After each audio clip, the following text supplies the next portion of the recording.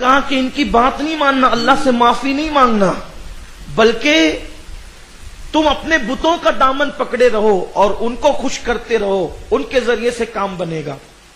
یہاں پر امام رازی نے ایک واقعہ لکھا ہے، وہ آپ سے عرض کرتا ہوں۔ آپ لوگ بھی کبھی کبھی روزے میں پریشان ہوتے ہیں تو وظیفہ مانگتے ہیں، کسی کو بیٹا نہیں ہوتا تو وہ وظیفہ مانگتا ہے، کسی کا کاروبار مندی پہ آ جاتا ہے وہ وظیفہ مانگتا ہے۔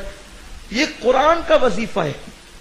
امام حسن رضی اللہ تعالی عنہ کی بارگاہ میں ایک شخص آیا، کہنے لگا کہ حضرت مجھے روزی کی تنگی ہے، میں کیا کروں؟ فرمایا استغفار کر۔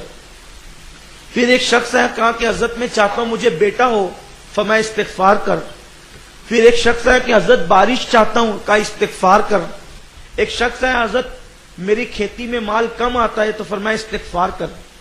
4 لوگ آئے، جواب ایک ہی ملا۔ تو جو محفل میں لوگ بیٹھے تھے، امام پاک سے پوچھا 4 سوال کا ایک ہی جواب، فرمایا اپنی طرف سے نہیں دیتا بلکہ قرآن کی طرف سے دیتا ہوں، کیونکہ نوح علیہ السلام نے ان 4 مسائل پر اپنی قوم کو استغفار کا ہی حکم دیا تھا۔ یعنی اگر کوئی استغفار کرے تو اللہ اس کو بیٹا دے گا، توبہ کرے، کثرت سے استغفار کرے، بارش کا نزول ہوگا، کثرت سے استغفار کرے تو کھیتیاں ہری ہو جائے گی۔ استغفار کی بڑی برکت ہے، اس لیے اپنا معمول بنائیے کہ روزانہ فجر کے بعد کم سے کم 100 مرتبہ استغفار پڑھ لیا کریں۔